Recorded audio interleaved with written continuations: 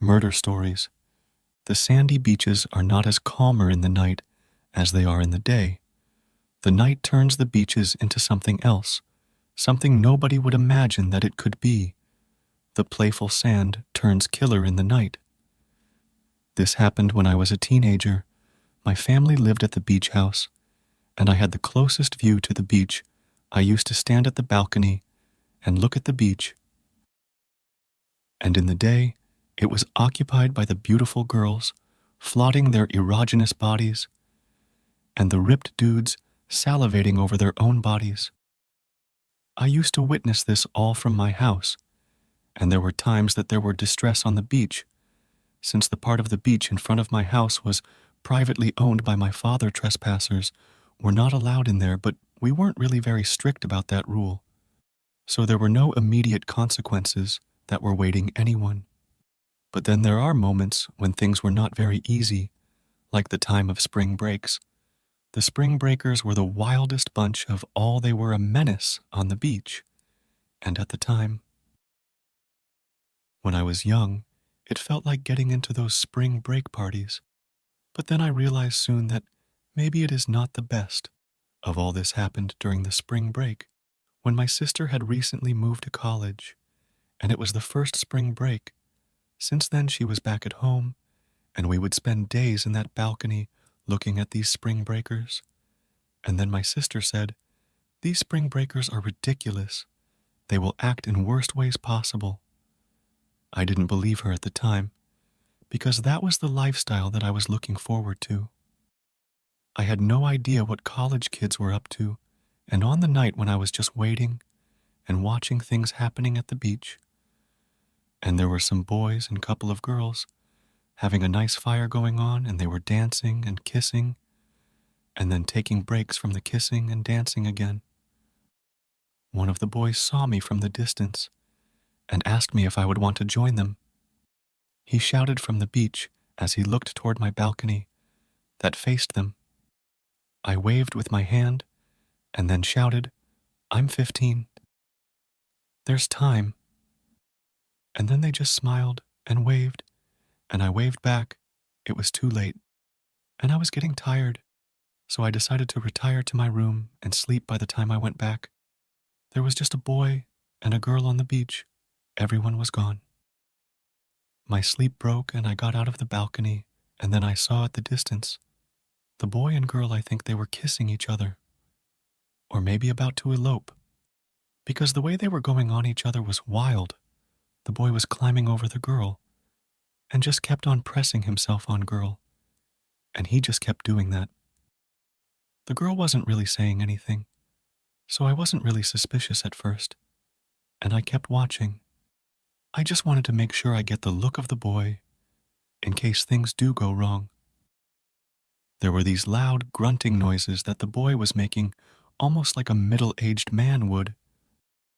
And then about 20 minutes on her, the man turned, and what I saw made me panic. When the boy turned to its right, he wasn't a boy, but rather different man with a mask on, probably in late 40s. And in his hand was the head of the girl. He took the head and kept it in the bag. And I was panicking, but I couldn't call for help. I was lying on the floor trying not to make a single noise, and from the tiny gaps of wooden railing, I saw the man keep the head in the bag and then turn the girl on her stomach, and he just left. The woman was lying there lifeless, without a head the next morning. The police, the Fed, the media, everyone arrived at the crime scene. Everyone wanted to know what happened. They were all baffled by the case. There was no evidence, no clue, and witness, except of course me, and everyone was terrified. Even my parents were terrified, and they decided that they won't be sending my sister to college on her own, and that my father would accompany her there. It was a panic all over the town, with no idea as to who killed her. I didn't come out as a witness until one of the agents of FBI pointed out something. I looked at that agent, and I saw it in his eyes that he wanted to solve the case. So I came forward with whatever I saw that night on that beach. The body was lying face down, and there were no clothes on the body. It was a young woman. There were no signs of struggle seen on the body. It would have been easier to identify the woman, but to everyone's surprise, she was missing the head. To identify the body was headless, and after a sweep of the area, the head was not to be found. The police were baffled by the case, and everyone around the lines of beach was worried there were no records of the woman, and no one could be found until the forensics would be done by it. I was new when I was assigned the case. I was a rookie, and they gave me the case. The case was not as easy as I thought it would be. It was the case with no clues, no evidence, and no witnesses, or so we thought. The cops were quick to suggest that we should close the case. I knew there was more to it. It would know certain suspects. I can be largely assumed that the perpetrator might do again what he did here, but there was the question of if there was any witnesses or not, and the police was quick to close the case and recorded that there was none. While it wasn't the whole truth, there was no witnesses on the location, but there was on the distant across the sand from where the girl was. Murdered. A set of footprints went straight toward the beach house in the distance, and though the winds had broken most of the trail of it, I narrowed it down to the beach house. I entered the beach house, and the woman answered. I wanted the whole family to be here, but she said that the father was out, taking her daughter to the college, dropping her off, and it was just her and the son there, that is, when I asked whose room is closest to the balcony. And she told me that her son's room opened right into the balcony. There it was her first witness, her son, who might have seen what happened that night. Even though the murder was late, there were some answers that the boy could have given. And then the boy came out, and I asked him about everything. Then there were details that he added that meant great deal to the case. I took the sample of the fingerprints of the kid. Without them knowing, the kid said that the last drink she took was from the boy in the spring break party she was in. I rounded up the forensic reports, and they said that the girl was sedated before being murdered. And that added to the story of the boy about the girl not screaming when she was being murdered. I decided to canvass the place of crime again to get something from there, maybe in evidence that we might have missed. I was sweeping the place and then noticed something out of the ordinary. I checked for the tides on that night.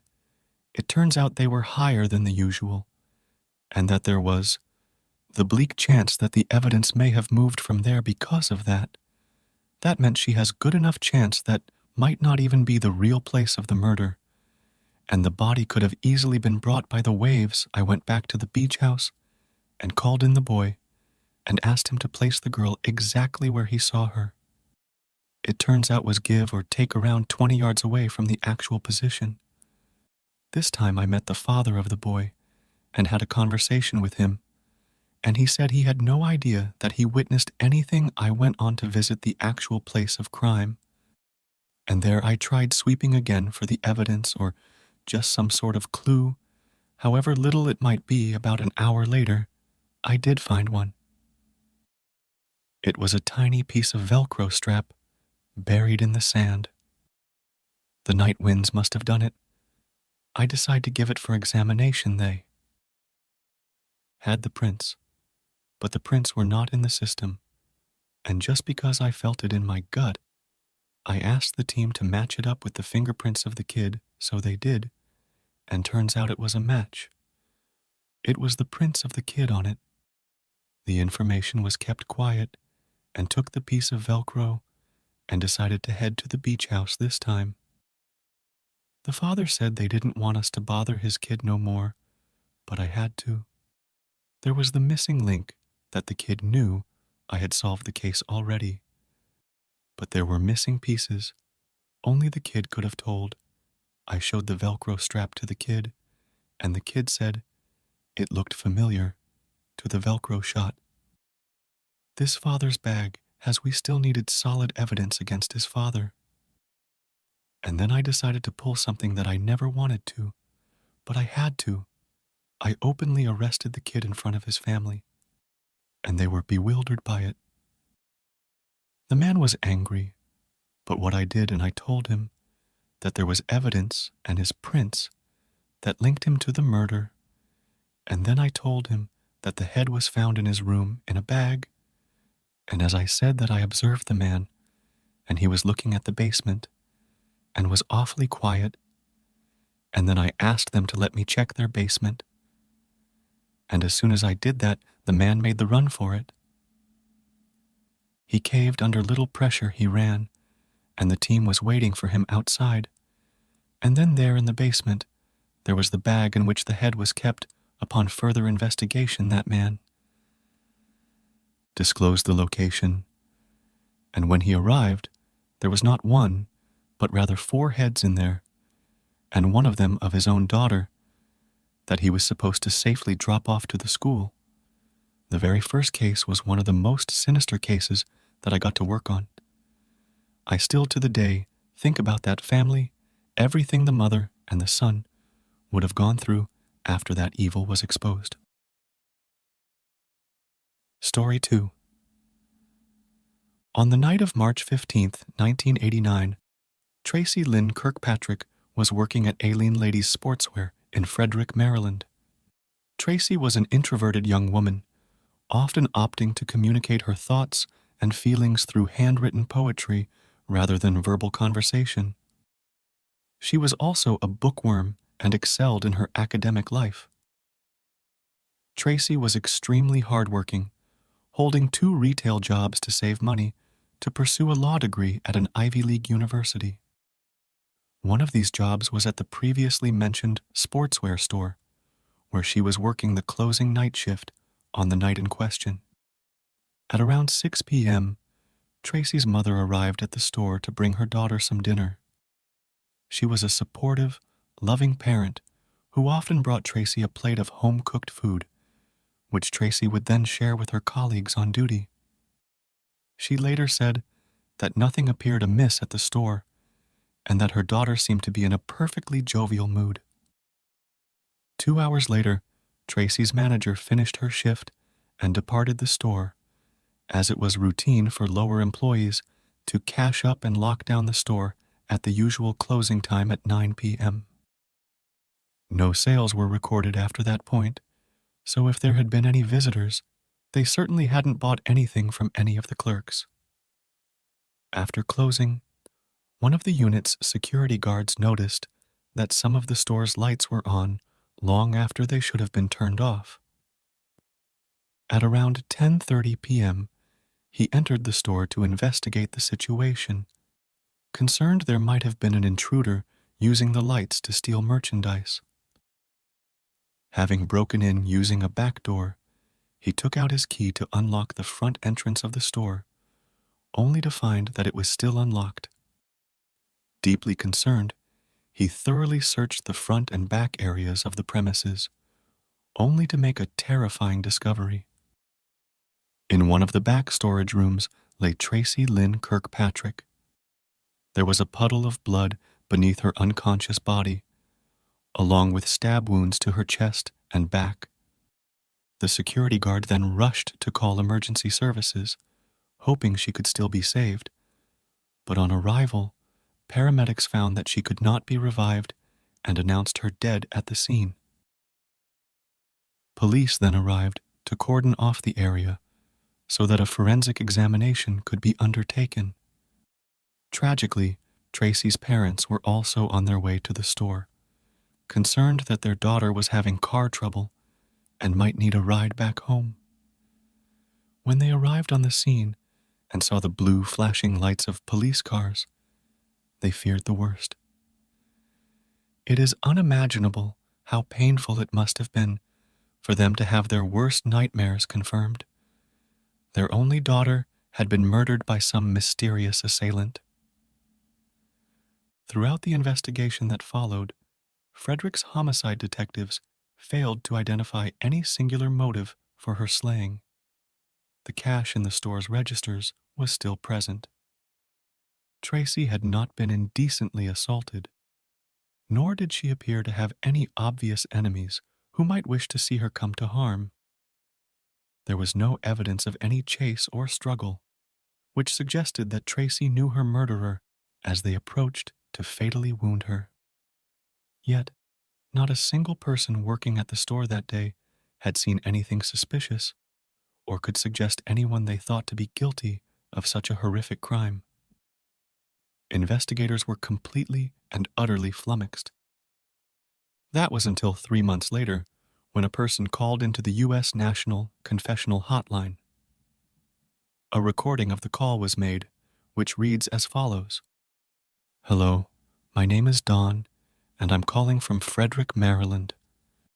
I know this is going to sound surprising, but 3 months ago, I stabbed a girl to death. You might think that by making this tape, I'm setting myself up to be caught. But there are a lot of guys named Dawn in Frederick. The girl I killed was working in a ladies' sportswear store. I often came by and talked to her when she was working alone, and one night when she was in the storeroom, and we were talking, our conversation turned into an argument. So, I took out a knife I had with me at all times, and I killed her. A few days later, I realized I had created a lot of sadness, and I thought about turning myself into the police, but whatever they do to me, they won't bring Tracy back. So, I've decided that I better keep free, because we have the death penalty in Maryland. Thanks for listening. I'm sorry about what I did, but nothing can change it."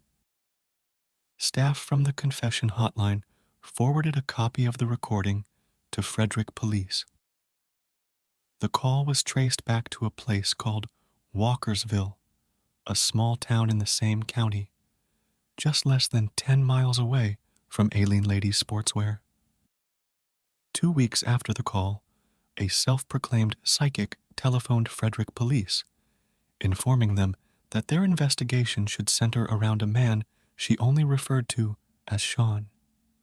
She claimed the Sean character was acting strangely regarding the case, going as far as sending her clippings from newspapers and asking her bizarre and probing questions about Tracy Lynn Kirkpatrick.